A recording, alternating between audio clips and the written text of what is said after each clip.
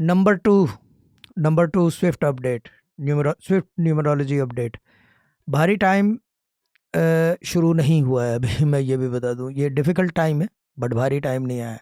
भारी टाइम आपका हिट करेगा जैसे मैंने पहले कहा था इन द मिड अप्रैल या early April, but it's gonna be a very difficult time. समझ लें कि ये यानी कि वो जो क्या कहते हैं उसे,